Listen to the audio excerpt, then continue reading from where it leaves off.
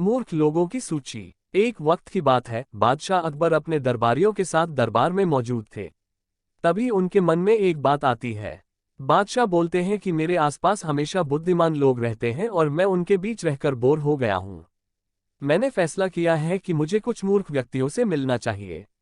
अकबर बीरबल से कहते हैं, तुमने हमेशा हमारी मदद अपने ज्ञान और चतुराई से की है। हम चाहते हैं कि इस बार भी तुम ऐसा ही कुछ करो और हमारे लिए 6 मूर्ख व्यक्ति ढूंढ कर लेकर आओ। बीरबल जी जहांपनाह, मैं आपके लिए 6 मूर्ख व्यक्ति जरूर ढूंढ कर लाऊंगा। अकबर हम आपको 6 मूर्ख व्यक्ति ढूंढने के लिए 30 दिन का समय देते हैं। बीरबल जहांपनाह, मुझे इतने अधिक समय की आवश्यकता नहीं पड़ेगी। अकबर ठीक है, अगर तुम उससे पहले ही मूर्ख व्यक्ति ले आ सकते हो तो यह अच्छी बात है। इसके बाद बीरबल मूर्ख व्यक्तियों की तलाश में निकल पड़ता है। बीरबल रास्ते में पूरा समय इसी सोच में था कि उसे वो मूर्ख लोग कहाँ मिलेंगे।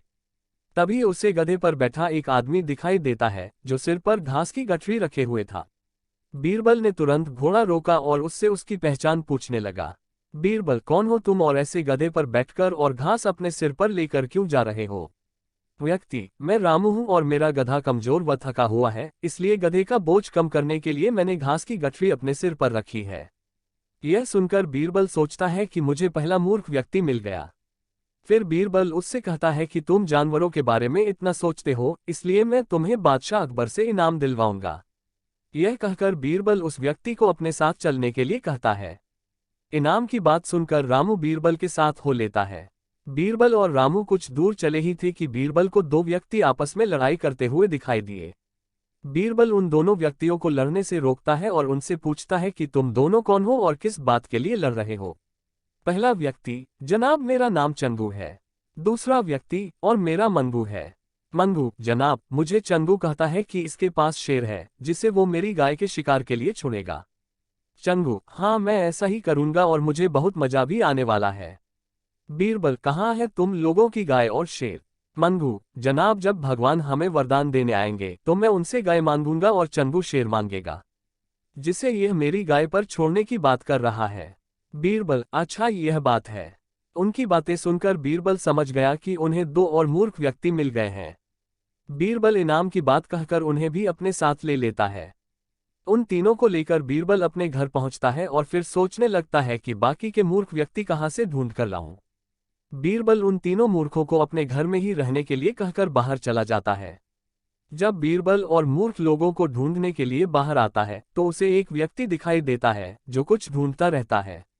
बीरबल उसके पास जाकर पूछता है कि आप क्या ढूंढ रहे हैं? व्यक्ति जनाब मेरी अंगूठी कहीं गिर गई है जिसे मैं काफी समय से खोज रहा हूं, लेकिन मुझे नहीं मिल रही है। बीरबल क्या आपको पता है कि अंगूठी कहाँ गिरी थी? व्यक्ति दरअसल मेरी अंगूठी यहाँ से दूर उस पेड़ के पास गिरी थी, लेकिन वहां अंधेरा होने के कारण मैं यहाँ उसे ढूंढ रहा हूँ। बीरबल अच्छा यह बात है, आप कल हमारे साथ बादशाह के दरबार में चलो, मैं बादशाह अकबर से आपको दूसरी अंगूठी देने के लिए कहूंगा। व्यक्ति अच्छा ठीक है। फिर खुश होकर अगले दिन सुबह बीरबल दरबार में उन चारों मूर्खों को लेकर पहुंचता है। बीरबल बादशाह अकबर मैं आपके कहे अनुसार मूर्ख व्यक्तियों को ढूंढ कर ले आया हूँ। अकबर बीरबल तुमने तो एक ही दिन में मूर्ख व्यक्ति ढूंढ लिए, क्या हमारे राज्य में मूर्खों की संख्या अधिक है और तुम यकीन के साथ कैसे कह सकते हो कि ये व्यक्ति मूर्ख है? बीरबल ने बादशाह से सारी बातें बताई। फिर अकबर कहते हैं कि ये तो केवल 4 ही लोग हैं, बाकी के 2 मूर्ख कहाँ हैं?